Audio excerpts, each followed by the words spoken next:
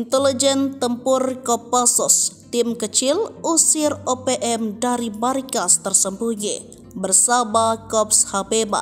Senyap, bergerak dalam senyap, ciri khas dari tim kecil bernama Satgas Nanggala Kopassus. Bersama dengan aparat yang tergabung dalam Kops TNI Habeba, tim Satgas Nanggala Kopassus berhasil menggebuk mundur gerombolan OPM dari markas rahasianya. Alhasil OPM kelompok Afrianus Bagubau dan Kenny Tipagau berhasil dipukul mundur pada Sabtu 11 Mei 2024 lalu di sekitar area ujung timur Bandara Pogapah. Menarik jadi perhatian, bagaimana kekuatan asli tim Satgas Nanggala Kopassus sebenarnya? Dihimpun dari beberapa sumber, tim Satgas Nanggala Kopassus merupakan personel pilihan dari Korps Baret Merah. Satgas Nanggala ini memiliki kemampuan khusus di atas rata-rata prajurit infanteri. Selain memiliki kemampuan komando, mereka juga mumpuni dalam bidang sandi yuda atau intelijen tempur. Namun operasi Satgas Nanggala ini tertutup dan tugasnya yang bersifat rahasia. Mayoritas pergerakan mereka hanya diketahui pimpinan operasi. Keberhasilannya pun hanya kerap tersiar dari mulut ke mulut sesama anggota pasukan di lapangan. Ciri khasnya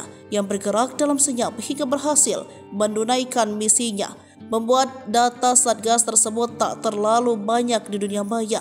Sebelumnya, OPM kelompok Afrianus Bagubau dan Kenny Tipagau dipukul mundur oleh anggota TNI Polri yang berjaga di wilayah distrik Homil. Pihak aparat terus melancarkan langkah-langkah proaktif mengamankan wilayah setempat dari gangguan OPM.